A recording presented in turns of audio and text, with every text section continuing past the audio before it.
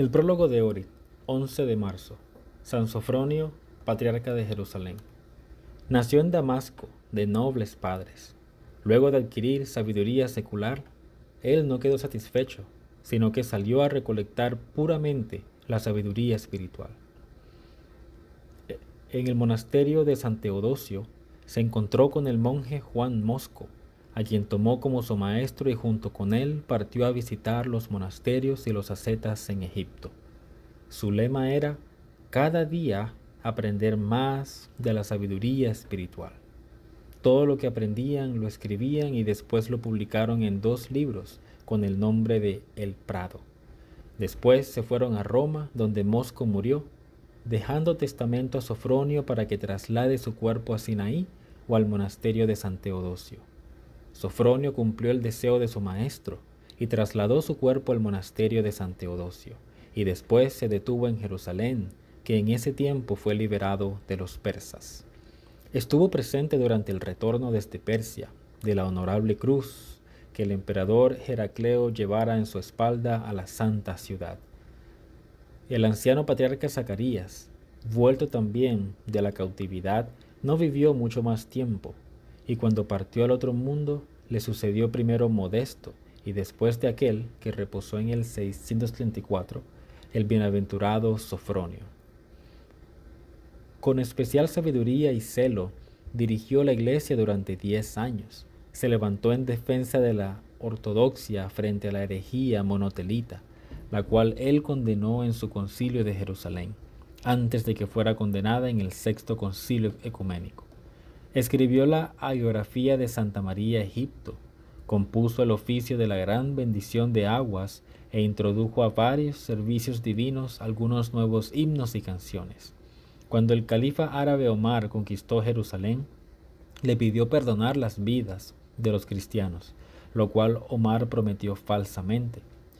Cuando Omar pronto empezó a robar y torturar a los cristianos en Jerusalén, Sofronio, con muchas lamentaciones, rezaba a Dios para que le tome de los vivos en la tierra, y así no tener que ver la profanación de los santos lugares. Dios oyó su oración y lo tomó consigo a sus cortes celestiales en el año 644.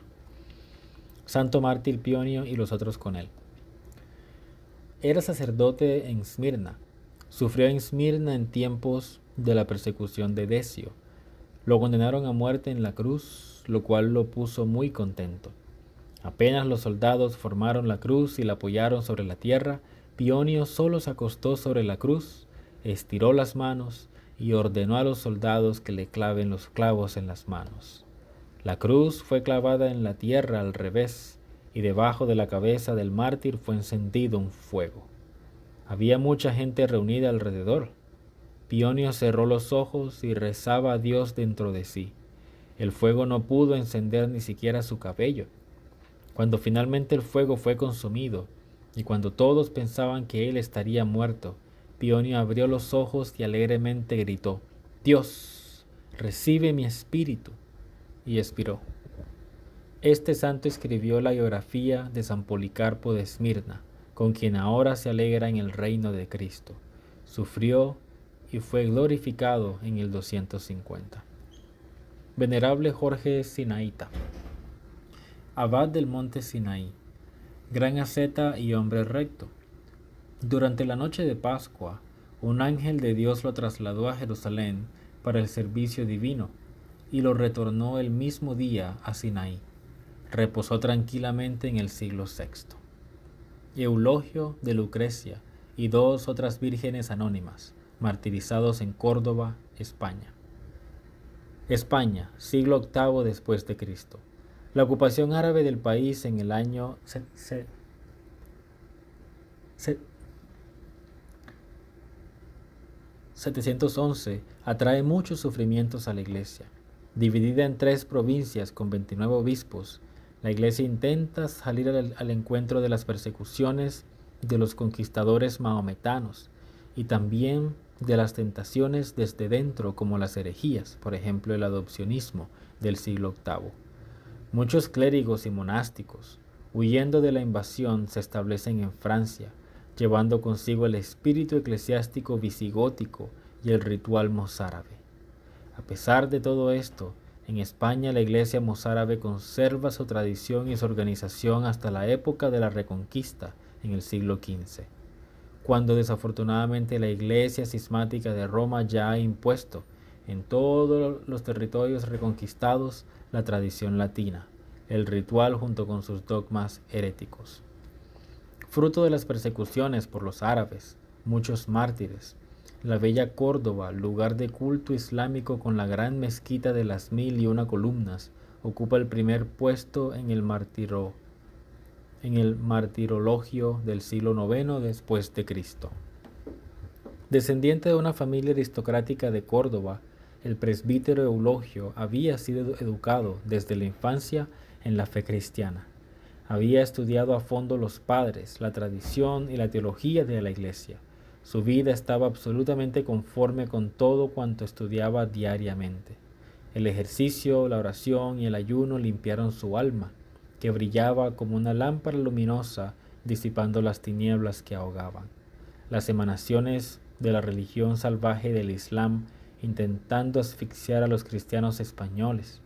En el año 850 se desató una persecución contra los cristianos de España. Los moros se enfurecen, liderados por un obispo apóstata, quien se convierte en el Judas del cuerpo de Cristo en España.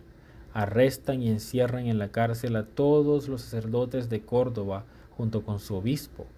En la prisión, el padre Eulogio anima a los hermanos que resistan la prueba con paciencia y perseverancia. Sus palabras son las que fortalecen a dos discípulas, hijas espirituales suyas, a someterse con valentía al martirio, poco tiempo después de su salida de la cárcel. Las dos vírgenes pasan anónimamente al martirio ortodoxo. Sin embargo, sus nombres son bien conocidos por el juez que las corona, Cristo. El mismo día conmemoramos las dos vírgenes martirizadas en Córdoba bajo la persecución de los árabes en el año 851 después de Cristo, rezan los calendarios locales. El santo sacerdote Eulogio escribe su santoral para alentar a los demás cristianos perseguidos para que las imiten. Sus prédicas orales y escritas consiguen que muchos cristianos en peligro de apostatar y sucumbir a las presiones de los conquistadores moronos se mantengan en la fe. Escribe 3 libros que contienen las acciones y el desenlace de los nuevos mártires de la persecución de esta época. Todo esto contribuye a que Eulogio sea considerado como el personaje eclesiástico más importante de su tiempo y que la Iglesia le eleve al rango de metropolita de Córdoba en el año 858. Sin embargo, al nuevo metropolita no le da tiempo de escuchar las voces de su rebaño: digno, digno, antes de asumir oficialmente sus obligaciones. Antes de su entronización, es arrestado otra vez y conducido a prisión. La acusación es porque ha socorrido y escondido a una joven cristiana, Lucrecia, cuyos propios padres querían que abrazase, Dios sabe por qué, la religión de Mahoma. Eulogio es acusado no solo de rapto, sino también de violación de la joven Lucrecia. En su defensa dice que ningún pastor niega la asistencia a cualquier miembro de su rebaño, y aún algo más significativo: el deber del sacerdote de Cristo es enseñar a los fieles que, si tienen que elegir entre Dios y padres, eligen a Dios. El que ama a padre o a madre antes que a mí, no es digno de mí. San Eulogio no termina allí. Propone tener un debate con el juez musulmán para demostrarle el fraude de la religión de Mahoma. Después de esto, el santo es conducido al consejo de la corte del rey conquistador, y allí continúa con valentía su defensa del cristianismo. El resultado es que el metropolita de Córdoba es condenado a muerte por decapitación. Es primavera. La tierra española reverdece por la hierba fresca que dentro de poco se llenará de flores rojas como la sangre para recibir la Pascua. Camino del martirio, el santo obispo recibe, lo mismo que su señor en el camino hacia Gólgota, una bofetada de un eunuco del séquito de sus verdugos. Enseguida, el santo pone la otra mejilla sin mediar palabra. El infiel le golpea de nuevo. Y luego, siempre en silencio, rezando por sus perseguidores y por su pueblo, se inclina la cabeza bajo la espada del verdugo. Su santa cabeza cae a la tierra española tiñéndola de púrpura. Una multitud de ángeles conduce su alma a las moradas celestiales, desde donde hasta hoy Él intercede por todos nosotros. Es en el 11 de marzo del año 859. Lucrecia, el pretexto del martirio de San Eulogio, es decapitada el miércoles siguiente, según los santorales, y añade una corona más de gloria al martirologio de nuestra Iglesia. Santo mártir Eulogio, ruega, junto con las dos vírgenes y mártires y la mártir Lucrecia, en el presente tiempo de desorden, para que todos nosotros conservemos nuestra fe hasta la muerte. Amén. Reflexión. Las buenas obras se consuman no solamente con nuestro esfuerzo, sino con el poder y voluntad de Dios.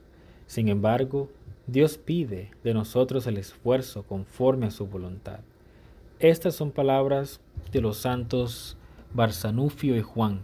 Pocas palabras, pero que dicen mucho. Nosotros tenemos que esforzarnos en cultivar y preparar cada obra buena. Y si algo bueno germina, crece y trae fruto.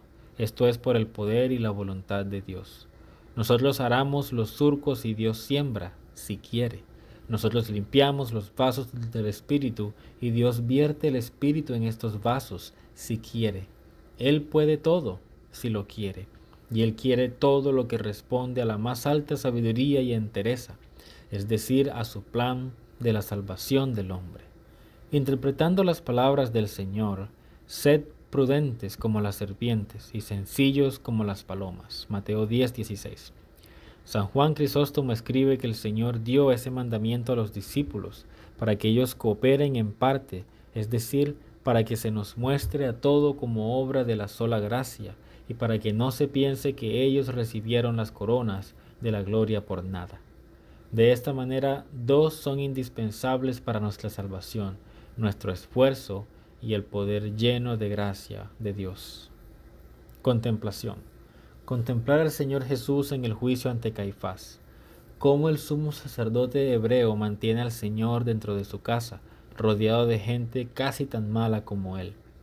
Cómo Pedro se sienta fuera en el jardín cerca del fuego, y cómo ante los sirvientes niega 3 veces al Señor Jesús. Cómo hoy en día sucede que algunos cristianos, por miedo al mundo, niegan al Señor de esta misma manera. Se presentan como que no son cristianos, que no saben los mandamientos del Señor y que el Señor no les concierne. Sermón sobre la segunda venida de Cristo. Cuando el Hijo del Hombre vuelva en su gloria, acompañado de todos sus ángeles, se sentará sobre su trono de gloria. Mateo 25:31.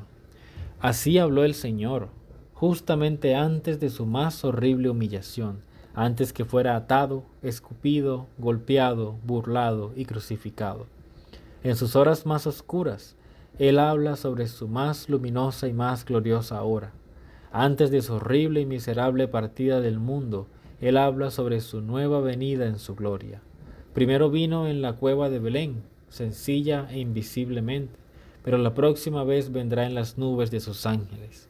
La primera vez fue como que brotó de la tierra, mas la segunda aparecerá del cielo. La primera vez estaba de pie y de rodillas en la tierra. La segunda vez estará sentado en el trono de su gloria. Y cuando nuevamente venga en su gloria, no será invisible para nadie. Nadie preguntará, como los 3 magos en su primera venida, ¿dónde está el rey? Esta vez todos verán al rey y le conocerán como rey. Pero esta visión y conocimiento a algunos será para alegría, pero a otros será para temor y horror. Solo imagina la alegría de aquellos que cumplieron con su mandamiento, que en su nombre practicaban la oración y las buenas obras, que en su nombre practicaban la oración y las buenas obras, especialmente de aquellos que sufrieron por su nombre. E imagina el miedo y el horror de aquellos que le escupieron, golpearon y crucificaron en Jerusalén, así como de todos aquellos que a través de los siglos se mofaron de sus milagros, se burlaron de su nombre, pisotearon sus mandamientos. Señor misericordioso, perdona a todos nosotros que acudimos a tu nombre, pero que por nuestra debilidad pecamos. Perdónanos antes de aquella grandiosa y determinante hora, cuando aparecerás en tu gloria con todos tus santos ángeles. A ti la gloria y el agradecimiento por los siglos de los siglos. Amén.